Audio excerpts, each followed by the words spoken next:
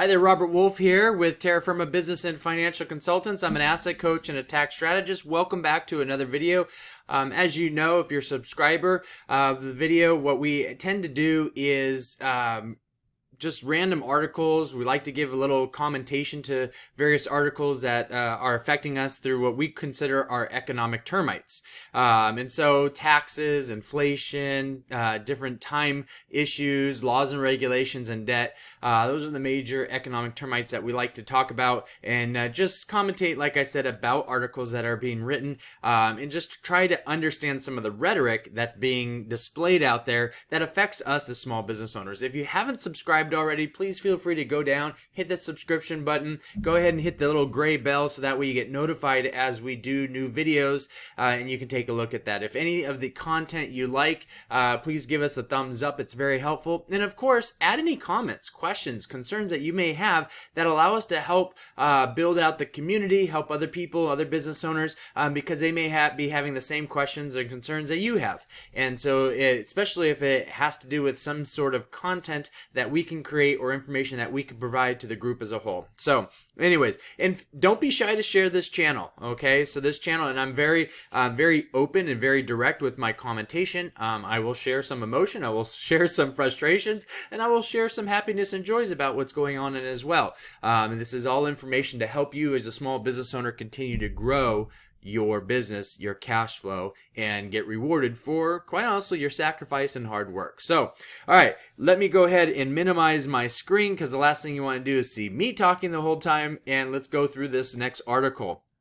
Okay, this was as of July 14th. Colin Powell. The Reserve Chairman Jerome Powell says that Fed digital currency could undercut need for cryptocurrency. The rhetoric that is going on in this article is fantastic. Everything that they're talking about is the reason why cryptocurrency exists. The decentralization, the non-regulatory design of cryptocurrency. And so let's go through this article. Again, I'm going to commentate. I've highlighted certain areas that I want to discuss and talk about. So Federal Reserve Chair Jerome Powell on Wednesday said one of the stronger arguments for the U.S. Central Bank to set up a digital currency is that it could undercut the need for private alternatives such as cryptocurrencies and stable coins. Thank goodness cryptocurrency exists. Finally, the government is understanding that we're sick and tired of what they're doing and manipulating the dollars. Their answer to that is try to regulate what? Digital currency. The US already has digital currency. The world already has digital currency. It's what? Credit cards, right? It's wire transfers. It's all backed by what? The US dollar. So they're talking about creating their own cryptocurrency. What's it going to be backed by? The US dollar is backed by the US government. What are they doing? They're spending trillions and trillions of dollars. They're not being good stewards of what? Our hard work. So a stable coin is a cryptocurrency that attempts to peg its value on conventional currencies such as the US dollar. Hey, does that make sense? Yeah, that makes tons of sense, right? So a stable coin pegged to the US dollar, what else does that? Well, money markets, right? Cash accounts, deposits at the bank, right? There's already that kind of stuff that is already using the US dollar as well as foreign currencies. Okay, the US dollar is used to peg currency in general. That's what the Fed chairman is trying to do, is say, hey, we want to hold on to the grips of this. You wouldn't need stable coins, you wouldn't need cryptocurrency if you had a digital US currency. Sure we would. The whole point of cryptocurrency is decentralization, to not be under your control. Now, I'm not an expert in cryptocurrency, but I do understand the basics of why it was designed, okay? Of all the actions that the Fed and the government have taken over the last year are a great example of what the reason why cryptocurrency has become popular, okay? A key step that accelerates the Fed's effort to determine if it should issue a central bank digital currency is Powell said he was skeptical that crypto assets, now he acknowledges they're an asset. That is huge. Let's look at that. He acknowledges that cryptocurrency is an asset. Okay. It's on the brink of getting to the point of catching up with gold, which has been an asset for centuries.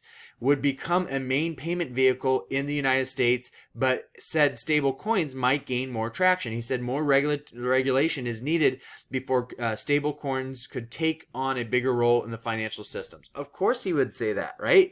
He's in control of the Federal Reserve. The Federal Reserve is not a government entity. It is separate. Okay, it's a separate private entity.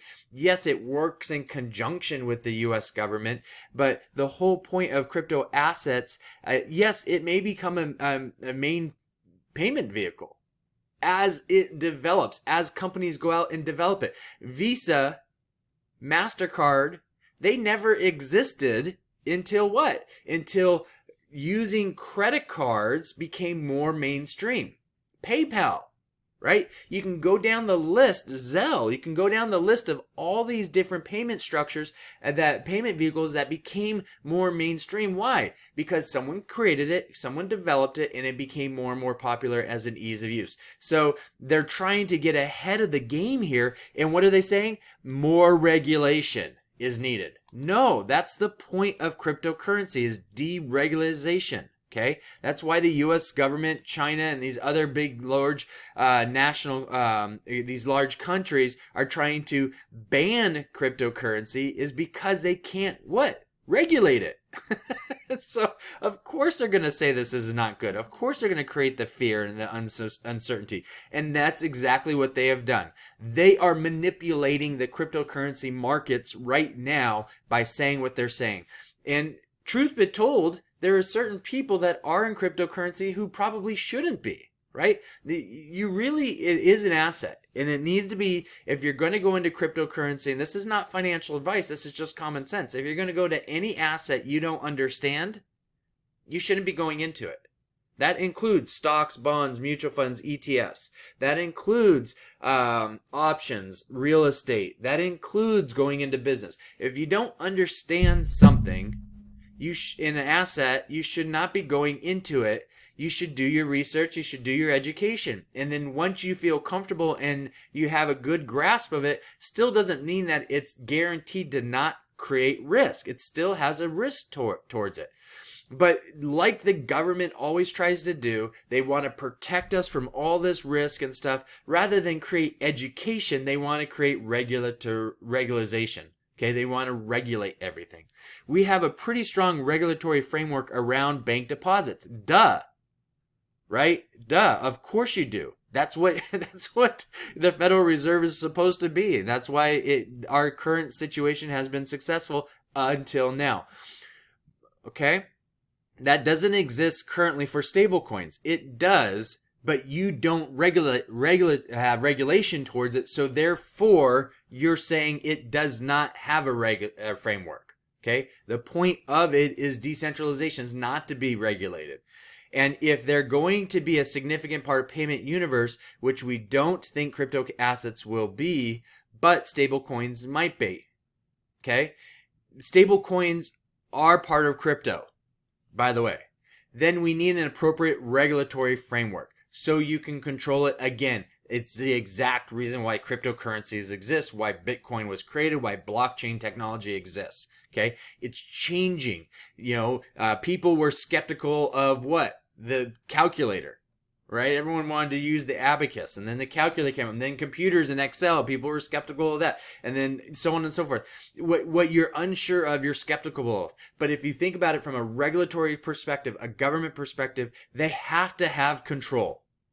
That's what gives them the power. So they want to continue to empower us. No, they don't want to empower us. They want to use their power to control us. The exact reason why cryptocurrency was created.